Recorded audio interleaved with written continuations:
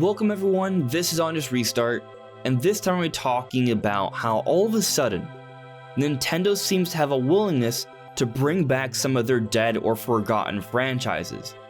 For example, we are getting Advance Wars 1 and 2 Reboot Camp this December, and this October, we are getting the long-awaited, long-rumored Metroid Dread.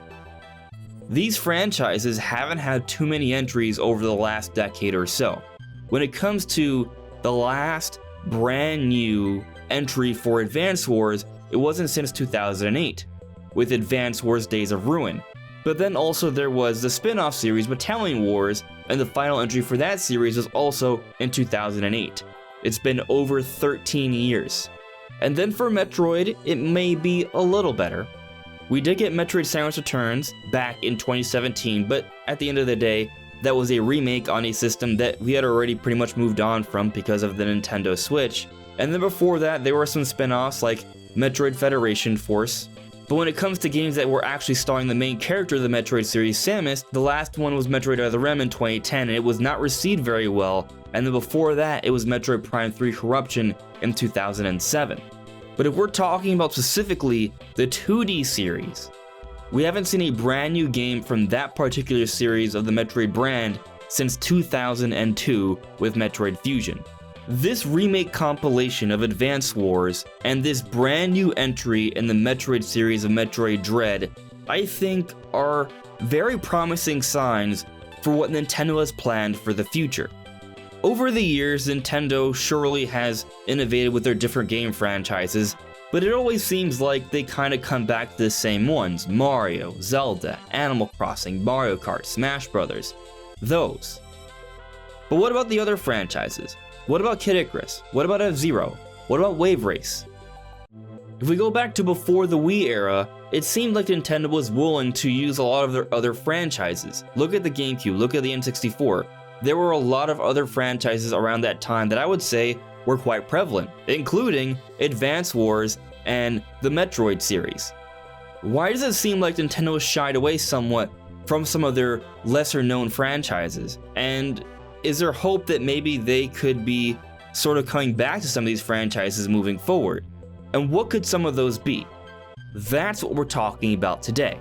Now before we jump into things, let me very quickly talk about my social media. You may see a few different things here on screen. You can check that all out. It is linked in the description below. And of course, if you like what you're seeing here, you can subscribe.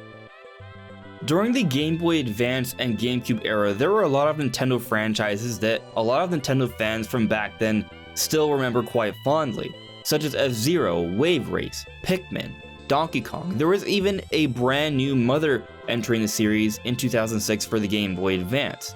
Back then, it just kinda seemed like Nintendo had a number of franchises that they were willing to have consistent iterations of. Back then, we got multiple Star Fox games per generation. Now, well, maybe we'll get some DLC in a third-party game like Starlink. But why is that the case now? Is it simply our impression that Nintendo doesn't like to use some of their lesser-known franchises? Maybe they simply moved on to other newer franchises? I think that's an argument that could certainly be made to some extent. Nowadays, we do see Nintendo try a lot of different things. Just look at Game Builder Garage or Nintendo Labo. They are experimenting with all different types of software and games. But they did this back then as well. When it comes to getting repeated entries of some of their lesser known franchises like your Kid Icaruses or your Star Foxes, they just aren't very consistent. It isn't that Nintendo doesn't use them ever, they just seem fewer and far between. Why is that? Well, my speculation is that during the GameCube and Game Boy Advance era, I think Nintendo realized something. They weren't getting the kind of success that they needed or wanted. The GameCube is one of Nintendo's worst performing home consoles. The Game Boy Advance was short-lived in terms of its life cycle. They moved on to the Nintendo DS very quickly. When you look at the Nintendo Wii and the Nintendo DS, Nintendo had a tremendous shift in their philosophy. The Blue Ocean strategy. No more were they trying to compete with the other big gaming giants. At the time, it was Sony and Microsoft, which it still is now, but it used to be also Sega and other companies beforehand. With the DS and the Wii, Nintendo stopped focusing on trying to elevate their hardware in terms of power and compete with the other competitors in that way. They started focusing on trying to differentiate their hardware. And with the DS, it was a dual screen system with a touchscreen. They created a lot of new gameplay possibilities with that system. And then for the Wii, it was a motion controller, the first mainline home console with motion controls, and most games were built around it. Both of these systems appealed to a very wide audience that went beyond just your typical sort of core gamer. And in this way, Nintendo was able to increase their sales significantly. It was one of the best sales periods for Nintendo ever, arguably the very, very best. And when they did this, they did start focusing on a lot of casual style pieces of software, like Wii Fit and Nintendogs and Wii Sports, and those games sold incredibly well. They appealed to an audience that Nintendo was not appealing to beforehand. So for a while, this strategy was working, it made sense, and Nintendo was profiting significantly. And with this additional focus on other more casual franchises, I do believe Nintendo started to pivot away from what they used to have, like the Star Foxes and Donkey Kongs and Pikmins. It isn't to say that we didn't get some of those, we did, but they were fewer and far between. Nintendo started to prioritize some of their bigger franchises because they knew that they would sell well. They were, I guess, smarter about what games they would actually be willing to release. It makes more sense to double down on the next big Mario game than it is for the next big Star Fox game. You know Mario's gonna sell, you don't know if Star Fox will, and you're not sure if everyone's gonna enjoy it, while you're pretty sure almost everyone's gonna enjoy the next Mario. But during the Wii and DS era, and even to some extent during the Wii U and 3DS era, I think Nintendo lost a big part of their fan base. The fan base that was, in large part, that core gamer that loved Star Fox and Donkey Kong and Pikmin and Metroid. When those franchises became fewer and far between, and it was pretty much just Mario and Zelda that were left to sort of pick up the slack in terms of those core gamer experiences, yeah, a lot of Nintendo fans didn't like what was happening with the Wii. Not to say that there wasn't a lot of games that were very enjoyable, there were, and I also did like Wii Sports and Wii Sports Resort and Nintendogs. Those were cool things as well, but I missed some of the other franchises. By the Wii U, there wasn't any more consistent Metroid games. There weren't any good Star Fox games. And there was no F-Zero, and there was no Wave Race. There were a lot of things that I missed back on the Wii U. But with the Nintendo Switch, things changed. It seems Nintendo has found the right balance between appealing to the core market and the casual market. The Switch allows them to do so many different things in so many different ways, and they've become incredibly successful. They are now focusing almost all of their developmental efforts on one singular platform, and what that's enabling is for Nintendo to make a lot more content. And on top of that, during the Switch era, we've seen what a lot of people are calling the Switch effect. Games are selling far more. It seems the kind of people who are buying Switch because they like to play games. And because the Switch has this very flexible form factor that allows you to play games in different places in different ways, it's allowing people to feel more comfortable with buying games because they can buy them and play them however, whenever they want. So software sales on the Switch are very strong, and a lot of Nintendo franchises are performing better than they ever have, even some of their biggest ones like Mario and Zelda. But even some of Nintendo's smaller franchises are seeing great success, such as Fire Emblem and Xenoblade. So with that in mind, you would think that perhaps Nintendo might be willing to go back to some of their more forgotten franchises. What if they were to give us a new Kid Icarus or a new F-Zero? Maybe those entries could be the best selling in the history of those franchises. Yet we are now approaching 5 years into the Switch's life cycle, and we haven't seen a lot of these franchises yet. Will they happen? Well, with Nintendo's most recent E3 Direct, I think we're seeing some hope here. We are getting Metroid Dread. We are getting Advance Wars 1 and 2 Reboot Camp. What is happening? Is Nintendo all of a sudden deciding now it makes sense to bring back some of these franchises? Maybe. It's possible that Nintendo is simply bringing back some of their franchises that don't require as much developmental effort because right now we are sort of recovering from a big pandemic and they decide to put out an Advance Wars or a Metroid Dread because games like those were easier to get done during the whole pandemic time, and those will be games that will help to sort of satisfy us and keep us interested until we get into 2022. That's entirely a possibility. But there's another consideration here. What if we're now at a point where Nintendo has made sure to get out the big Mario Kart, the big Smash Bros, the big Zelda, the big Super Mario, the big Splatoon, and now that all those big franchises have come out, and they all have this amazing evergreen status, and they're selling incredibly well, and they will be doing so for years. Another great example will be Animal Crossing. Maybe now, as we are going deeper and deeper into Switch's life cycle, Nintendo will be willing to experiment a little bit more, to go back to some of their forgotten franchises and see if they can establish a brand new audience with the Switch effect, so that way, moving forward, these will be other franchises that they can rely on with some level of confidence. This might actually be the case, because if you look at Metroid Dread, pre-orders for that game are doing incredibly well. All signs are pointing towards Metroid Dread potentially being the greatest selling Metroid game in the history of the series, which isn't saying that much, but if this game even reaches 3 to 4 million copies sold, that's the kind of number that I think Nintendo will be very happy to put out more games in this franchise moving forward with some great level of consistency.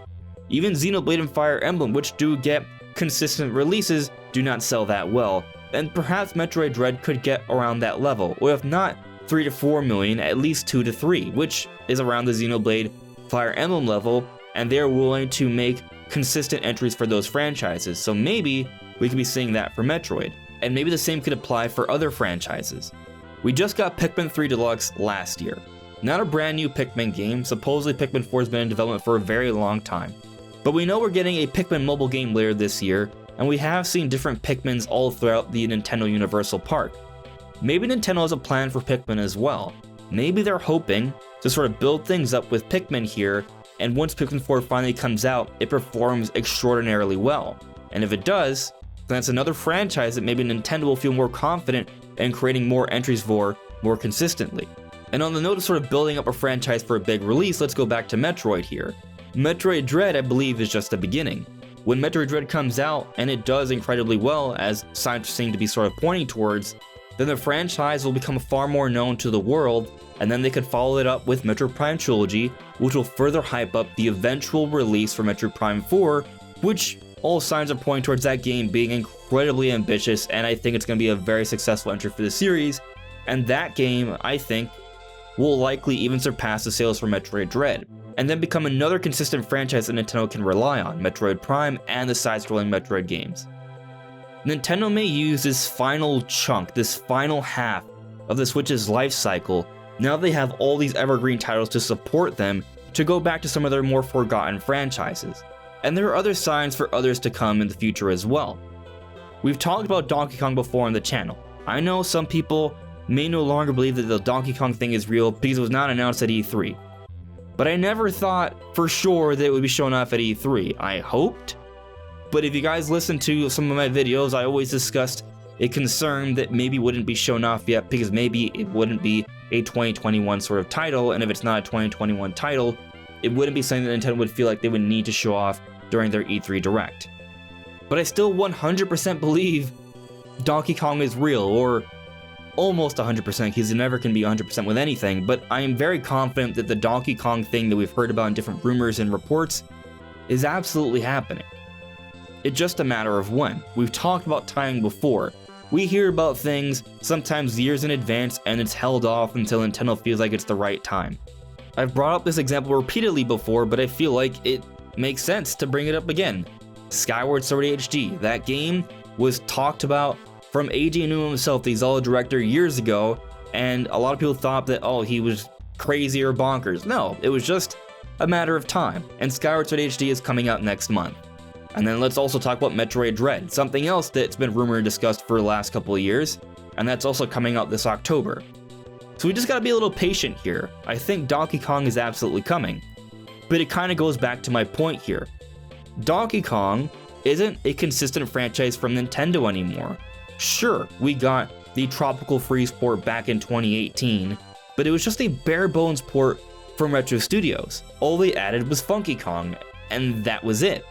Really, we haven't had a new entry for Donkey Kong since 2014 with the actual initial release for Tropical Freeze. We're now in 2021 and still nothing. But perhaps next year, maybe next year, we see a brand new Donkey Kong game. That would be 8 years. Once upon a time, Donkey Kong was a big deal for Nintendo. Once upon a time, it was the very game that got Nintendo to be so popular. Their initial big game that went viral in the West. Donkey Kong, where Mario was born from. And from the rumors we've heard that Nintendo wants to bring back Donkey Kong to a level of popularity that's similar to those days.